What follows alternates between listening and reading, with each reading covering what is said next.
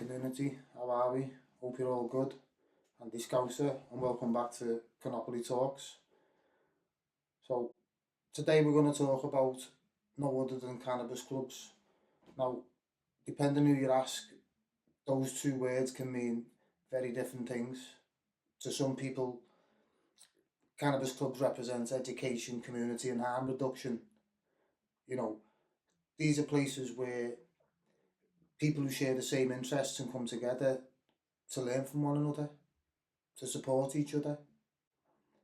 But then to others, they represent something more controversial, something that raises questions about legality, public safety, and whether they should exist at all. So, what actually is a cannabis club? Why did they appear? Do they even still have a place? I mean, now that medical cannabis is legal in countries like the UK, or is that even the right question? Because when I first started researching this episode, I thought this was going to be, a discussion about cannabis clubs. But the deeper I looked, the more I realised that this wasn't really a story about clubs. It was a story about something much bigger. It was a story about how societies respond when something exists long before governments know how to regulate it. It's not only a story about how communities emerge, but how healthcare develops or how countries experiment, and ultimately how trust is earned. So before we decide whether cannabis clubs are a good idea or a bad one, let's first understand why they appeared in the first place. So one of the things I've learned while making these documentaries is that it's very easy to judge something. It's much harder to understand it. And communities don't just pop up and appear by accident, whether they're built from around sport, music, religion or health. They usually just emerge because people feel that something's missing, and cannabis is no different. I mean, for decades, cannabis existed almost entirely outside the mainstream society. There were no specialist clinics, no prescribed cannabis medicines, not available to most patients anyway. No structured education, there was no recognised patient support services, and very little scientific research available to the public. There was only very few places where normal people could openly ask questions, If someone wanted to understand cannabis, more often than not, they learnt it from another person or, a friend, a neighbour, someone who had experience or someone who had grown it, someone who had used it. And so what tended to happen was knowledge travelled through conversations. Sometimes the knowledge was good and sometimes it wasn't so good, and sometimes it was just simply wrong. But regardless of its quality, it travelled, and over time these conversations became communities. Some communities focused on campaigning, others focused on patient support. Some became educational groups, some became advocacy organisations, and in different parts of the world, some of those evolved into cannabis clubs. Now, at roughly the same time, different countries started asking a similar question. That was, if prohibition wasn't solving every problem, what might an alternative look like? And perhaps the best known example is the Netherlands. I mean, for decades, Amsterdam became internationally recognised not for none other than its cannabis coffee shops. Now, it's important to understand that this wasn't full legalisation. It was a unique policy of tolerance. So supporters believed that it helped separate cannabis from more harmful illegal markets, and it created an environment that could be managed more safely. And so with everything, critics argued that it created contradictions and also legal grey areas that have remained unsolved for years. Now, whichever view you take, Amsterdam became something else, more akin to, I don't know, an international experiment. For millions of people around the world, it became the first place where cannabis could be seen, being talked about and consumed in a more open environment. And you know what mattered? That mattered. Not because it provided all the answers, but because it showed that different approaches were possible. And this 50-year plus experiment, it also influenced conversations far beyond the Netherlands, as we can see. Some countries look towards regulated retail, others explored social clubs, then you've got others that maintain strict prohibition. Either way, each nation followed its own path, each responding to its own culture, its own laws, its own politics, and its own public attitudes, So that's probably which is why it's so difficult to talk about cannabis clubs as though they're all the same, because they aren't all the same. You see, a club in Spain isn't necessarily the same as a coffee shop in Amsterdam, and neither is the same as a patient support organisation in the UK. And none of them should automatically be judged by the actions of another. They're products of different histories, different legal systems and different communities. One country that's particularly interesting is Spain. Unlike the Dutch coffee shop model, many of the Spanish cannabis clubs developed around private membership associations. Now, generally speaking, they weren't designed as public cafes where anyone could just simply walk in from the street. People would usually apply, become members of an individual association, and then with each club managing its own membership and operating within its own legal, local framework. So in many regions, clubs became connected through associations and shared practices, not because one organisation controlled them all, but because communities often became stronger when they learned from one another. And perhaps that's another reminder that communities naturally evolve ways of organising themselves. They believe, when they believe that, there's value in working together, they will organise themselves. So one thing that stood out while I was researching this episode was that many clubs, regardless of the country, often describe themselves in remarkable similar ways. So they talk about education, community, peer support, responsible behaviour and harm reduction. Some organisations even describe helping people, understand when the legal medical pathway becomes more appropriate than remaining within a community setting. Now, that doesn't mean every club operates in the same way. It would be wrong to make that assumption, but different organisations have different priorities, so different standards, different responsibilities. But again, I think it raises an important question. Perhaps we've been asking the wrong question all along. Instead of asking, should cannabis clubs exist? Maybe we should first ask, what role are they trying to fulfil?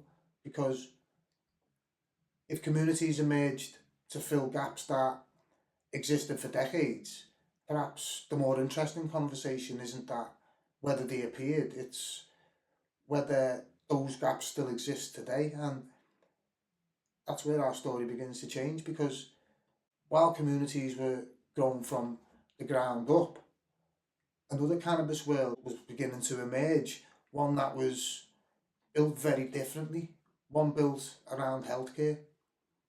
And so while communities were developing from the ground up, something else was happening quietly, gradually, and almost by many people outside of healthcare. A second cannabis world was emerging, not built around community, solely built around patients. Now, for decades, this conversation around cannabis has largely existed outside mainstream medicine. Research was limited. Clinical evidence was still developing. Access was extremely restricted. But over time, that began to change. Scientists continued researching cannabinoids. Doctors started asking new questions. Patients began sharing new experiences. Governments slowly started creating pathways for prescribed medical cannabis medicines. And with that, a completely different ecosystem was born. Healthcare doesn't have the same responsibilities as community organisation, and it shouldn't. When a doctor writes a prescription, they become accountable. When a pharmacy dispenses a medicine, it becomes accountable. You know, when a cultivator produces cannabis for patients, it becomes accountable. You see, manufacturers, laboratories, distributors, every part of the chain carries responsibility, because healthcare is built upon one simple principle: patient safety. So that's why the medical cannabis industry often uses language many people outside the sector never really hear. So things like GACP, good agricultural and collection practice; GMP, good manufacturing practice; QMS, batch consistency, laboratory testing; documentation, traceability, audits. So at first look, those words can feel technical and perhaps even intimidating, but when you look a little closer, they all exist for the same reason: trust. You need to know, can every batch be traced? Can every process be verified? Can problems be identified quickly? As well as, can patients have confidence that what they receive today will be produced the same, like the same standards and quality tomorrow? You know, healthcare has to answer those questions every single day. That doesn't mean healthcare knows everything, and it certainly doesn't mean communities know nothing. In fact, perhaps one of the biggest misunderstandings with cannabis is believing that one form of knowledge replaces another, because it doesn't. Healthcare values scientific evidence. Communities often value lived experience. Healthcare measures outcomes through clinical practice. Communities often learn through conversations and shared experiences. So those aren't necessarily opposing ideas. They're simply different ways of understanding the same subject. And perhaps that's where the real conversation begins, because now, for the first time, these two worlds are beginning to meet. Medical cannabis is legal in an increasing number of countries. Patients now move between healthcare and community. Some people begin with a prescription, others arrive through personal experience before discovering the medical pathway. Researchers continue asking questions, businesses continue investing, communities continue supporting one another, and governments continue adapting policy. Suddenly, everyone finds themselves standing within the same ecosystem, whether they intended to or not. So perhaps the question is no longer, can these two worlds exist together? Because they already do. Perhaps the better question is, how do they work together responsibly?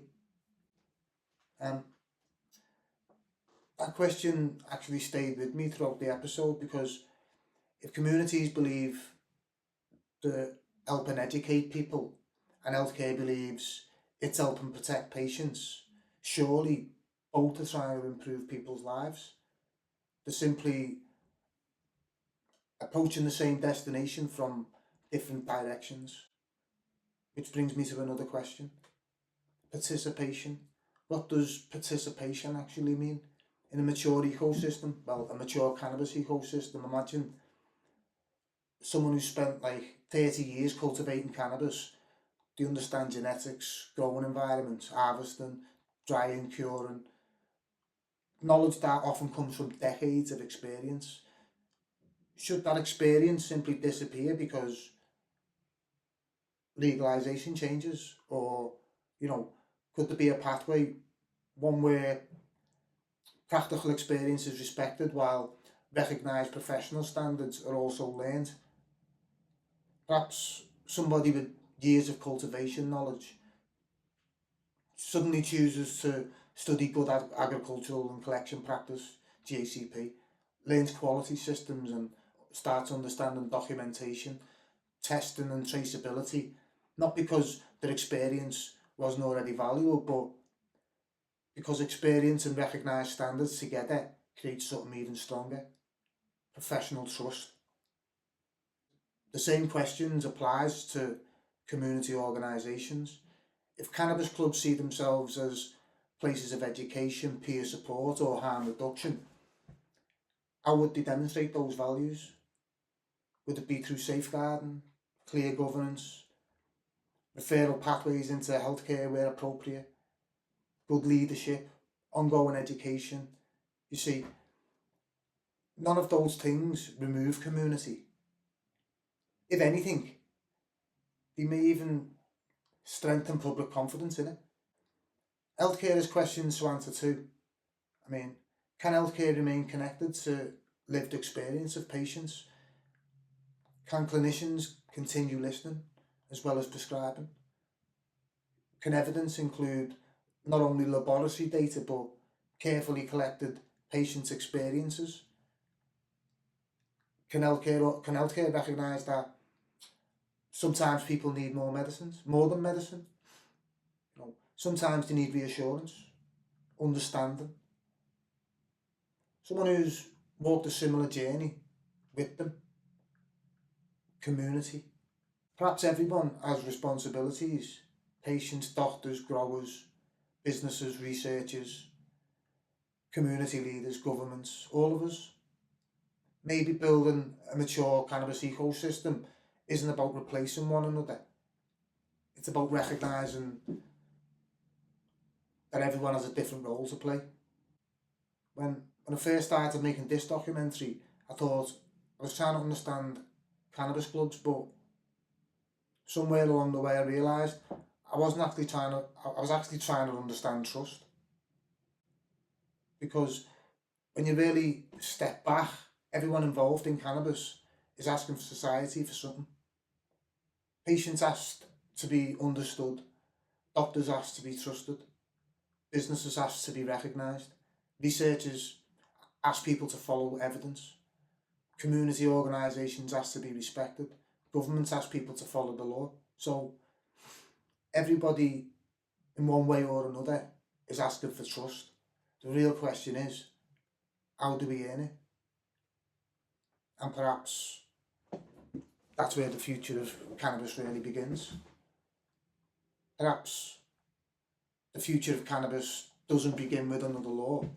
Perhaps it begins with another conversation, because if there's one thing I've learned, no single part of the cannabis ecosystem has every answer. Not healthcare, not community, not business, not government, not researchers. Everyone sees the world through a different lens, and perhaps that's exactly how it should be. So maybe the future isn't about asking who's right. Maybe it's about asking, what does each part contribute? How does a cannabis club earn public trust? Perhaps through education, transparency, safeguarding, responsible leadership, clear governance. Does cannabis earn trust by recognising where its responsibilities begin and where they end? Then how does healthcare earn trust? Is it by continuing to build evidence, maintaining high standards, by listening to patients, maybe recognising that sometimes people need more than simply receiving a prescription? Sometimes they need reassurance, conversation, support. And so, how does a cultivator earn trust? Perhaps not simply by producing exceptional cannabis, but by demonstrating recognised standards, quality assurance, consistency, because knowledge gained through decades of experience becomes even more powerful when supported by recognised professional practice. When we begin to ask, how do businesses earn trust? Is it by placing integrity before profit? Again, being transparent, or by investing in education rather than simply marketing, or maybe by understanding that public confidence takes years to build and only moments to lose. More directly, how do governments earn trust? Maybe by recognising that cannabis policy continues to evolve, by listening, by observing what works and learning from what doesn't, then it can create laws people can understand, and adapting new evidence when new evidence emerges, you can adapt to that. Perhaps everyone has work to do. One thing that struck me was, whilst researching this episode again, is that the UK isn't asking these questions alone. Around the world, different countries have been looking at different approaches for decades. None of them are perfect, but every one of them teaches us something. The Netherlands became known for its coffee shop model. Canada developed regulated medical and adult use markets. Part of the United States created entirely different systems from one state to another. Germany's now looking at how community cultivation associations fit alongside an established medical program they've already got. We know in Thailand moved incredibly quickly, creating opportunities, but also raising important questions about regulation, education, and public expectations. So what we get is different countries, different cultures, different histories, different answers. And perhaps that's the point. Nobody has finished the journey. Everyone is still learning. So perhaps the question for the UK isn't what should we copy? Perhaps it's what can we learn? Because unlike many countries before us, we don't have to begin with blank sheets of paper. We can observe, we can study, we can understand what worked, we can understand what didn't work, and perhaps we can build something uniquely to us. One thing this has taught me is that progress doesn't always arrive with a major announcement. Sometimes it arrives quietly, one policy at a time, one decision at a time, one conversation at a time. Look, recently an NHS trust introduced what is believed to be one of the UK's first formal inpatient policies, allowing patients to continue using the prescribed medical cannabis during a hospital stay, and that's done through a clear clinical process. Now, on its own, that might seem like a relatively small change, but perhaps it represents something much bigger. Not because cannabis suddenly became accepted overnight, but because healthcare is gradually learning how cannabis fits into everyday clinical practice, and perhaps that's what maturity looks like. Not dramatic change, steady progress, built carefully, built responsibly, built through trust. And that led me to one final thought. If healthcare community organisations, researchers, businesses, patients, educators, growers, and policymakers all have a role within a trusted cannabis ecosystem, you might ask, how did they actually find one another? Well, today, many already do.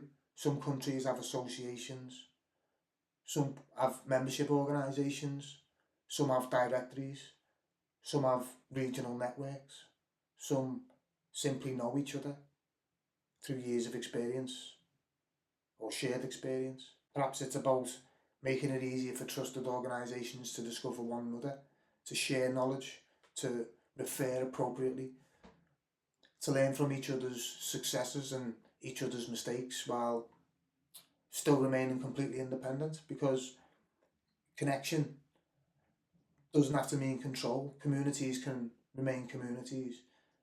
Healthcare can remain healthcare. Businesses can remain businesses. Researchers can remain researchers. government can remain government, each keeping its own identity, each respecting different responsibilities, but no longer working entirely in isolation. Maybe that's what a mature cannabis ecosystem actually does look like. Not one organisation doing everything, but many organisations working together. You know, imagine a patient receiving safe, regulated medicine. Imagine that patient also finding education, support and community. Imagine experienced cultivators helping raise professional standards, and imagine community organisations recognised for like education and harm reduction. Imagine researchers learning from both like clinical evidence and carefully collected real world experience. Imagine governance building policy upon evidence rather than assumptions. Nobody replacing anybody, nobody losing their identity, everybody contributing to something different. When I first started making this episode, I thought it was about cannabis clubs. Somewhere along the way, I realised it wasn't. It became a documentary about trust, about participation, about responsibility, about connection, and perhaps how society is mature. Maybe that's the real lesson. Communities didn't appear by accident. Neither world developed overnight. Both evolved because they were responding to different needs, different parts of the same problem.